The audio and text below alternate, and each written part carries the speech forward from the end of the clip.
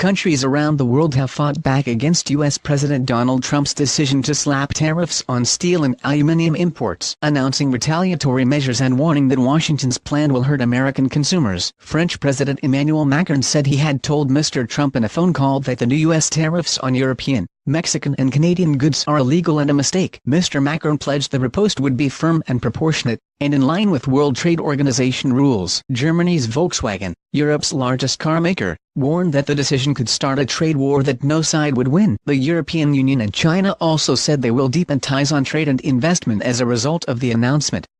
Mr. Macron warned, economic nationalism leads to war. This is exactly what happened in the 1930s.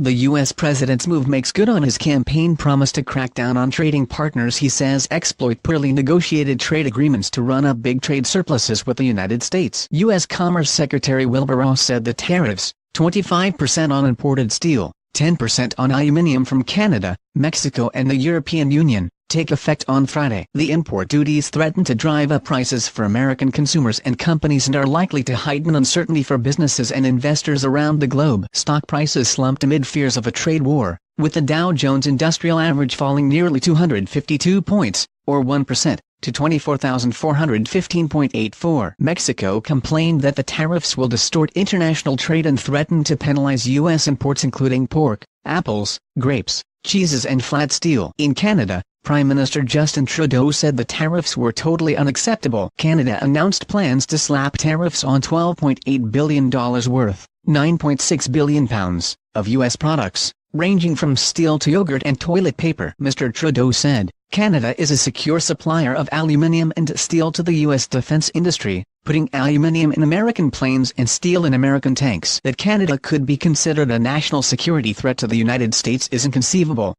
Mr. Trump had originally imposed the tariffs in March, but he exempted Canada, Mexico and the European Union to buy time for negotiations, a reprieve that expired at midnight on Thursday, saying a reliance on imported metals threatened national security. Other countries, including Japan, America's closest ally in Asia, are already paying the tariffs. This is protectionism, pure and simple, said Jean-Claude Juncker, President of the European Commission. The EU earlier threatened to counterpunch by targeting U.S. products, including Kentucky bourbon, blue jeans and motorcycles. David O'Sullivan, the EU's ambassador in Washington, said the retaliation will probably be announced in late June. The U.S. tariffs coincide with, and could complicate, the Trump administration's separate fight over Beijing's strong-arm tactics to overtake U.S. technological supremacy. American Commerce Secretary Wilbur Ross is leaving on Friday for Beijing for talks aimed at preventing a trade war with China. The world's two biggest economies have threatened to impose tariffs on up to $200 billion worth,